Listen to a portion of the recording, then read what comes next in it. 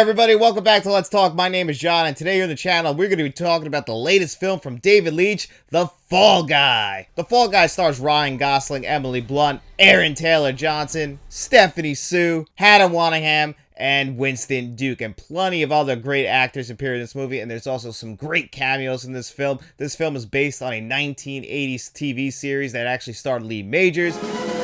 It's Lee Majors, the $6 billion band. And this movie really is a love letter to stuntman. Despite being loosely based on the 1980s series, this one was really conceived by Drew Pearce, Ryan Gosling, and David Leitch. David Leitch also co-directed the first John Wick movie along with Chad Stahelski. Even though he's uncredited for it, Chad Stahelski was also a stuntman. So the two of them kind of got together, directed a movie. Keanu Reeves was the perfect muse for the two of them, willing to do all of his own stunts. David Leitch himself would end up going on to have a pretty successful career thus far. He directed Deadpool 2, Atomic Blonde. He even directed Bullet Train a couple of years ago with Aaron Taylor Johnson, who's in this movie as well. He does a fantastic job in this. And this movie features Ryan Gosling playing a stuntman. He is the stuntman to Aaron Taylor Johnson. First of all, right out of the gate, Ryan Gosling is one of the best looking human beings on the planet. There's not a chance in the world he would be the stuntman to anybody because he's just too good looking. Unless that man is Aaron Taylor Johnson, who's also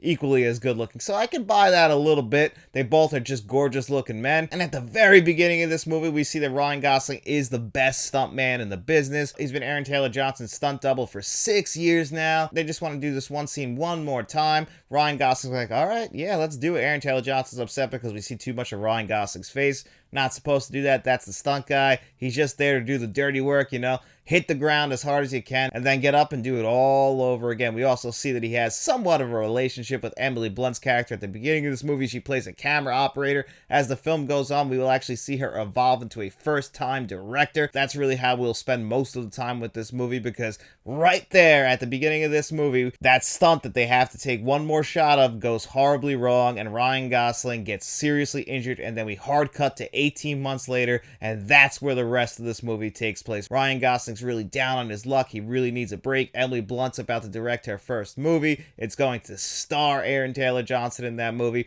Winston Duke, he plays the stunt coordinator on that film, and then from that point on, it's just a fantastic summer blockbuster. And because this movie is directed by David Leitch, a former stuntman himself, I guess it goes without saying, are fantastic. He does an awesome job directing the stunts in this movie. I mean, my God, they are some unbelievable. And of course, they had to be, because if they weren't, you probably would have been disappointed. We're talking about a movie about stuntman, directed by a stunt man. If the stunts were disappointing, the whole movie would probably fall apart. But luckily for us, this movie is also very well written. It's got a lot of charm to it. We plant a lot of seeds early in the movie that end up paying off in the third act, just letting us know this is a great screenplay. And because all of this stuff is done practically, they're doing real stunts. There's not that much VFX in this movie other than to, clean up some wire work. It's not relying on CGI, which is awesome for 2024, where films want to rely on CGI too much. And of course, because of that, none of the backgrounds are looking that artificial. It all looks real and authentic. So it all just looks perfect. To say that this movie sounds great would be an understatement.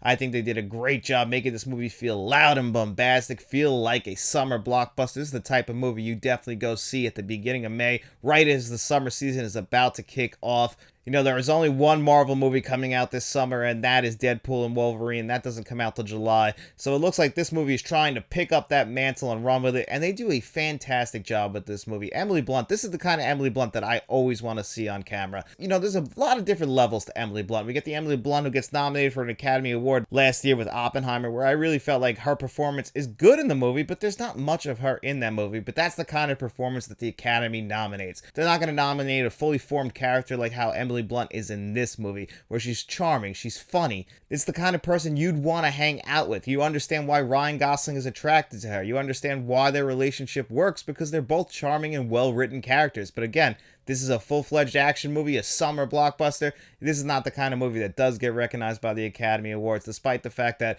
everybody in the family can have a blast watching this movie.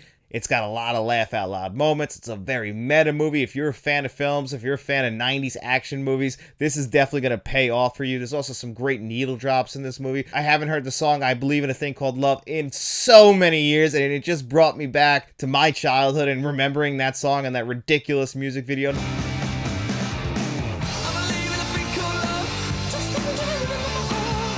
course, this movie is a little bit cheesy, but it knows it's cheesy. It doesn't mind that at all. That's exactly the kind of thing that they're going for, is that over-the-top, cheesy action movie with a ridiculous over-the-top plot with a bunch of twists and turns that end up culminating in a great third act that ends up paying off phenomenally. And that is why I recommend that you guys definitely check out The Fall Guy and see it in the biggest and loudest theater possible. If possible, see it in an IMAX theater, see it in an Dolby theater with a great sound system, the biggest screen that you could ever view this movie on, and it will definitely be worth your time and money. Now, will this work as well at home? I think it would. It definitely is a summer blockbuster. You're coming in off the street, you're sweating, you're soaking, you want to go grab an ice cold soda, you bring it into the theater, the nice cold air condition. This is the kind of movie you enjoy there.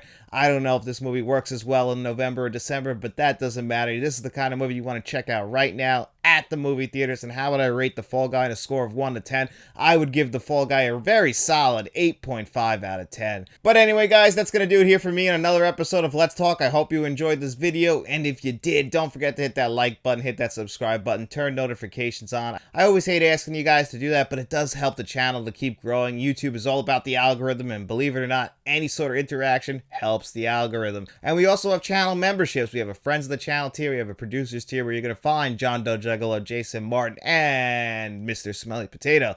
We also have a Directors tier where you're going to find Frank from Frank's Media Reviews. Make sure you head over to Frank's Media Reviews YouTube channel and subscribe to him, and head over to John Doe Juggalo's YouTube channel and give him a subscribe as well.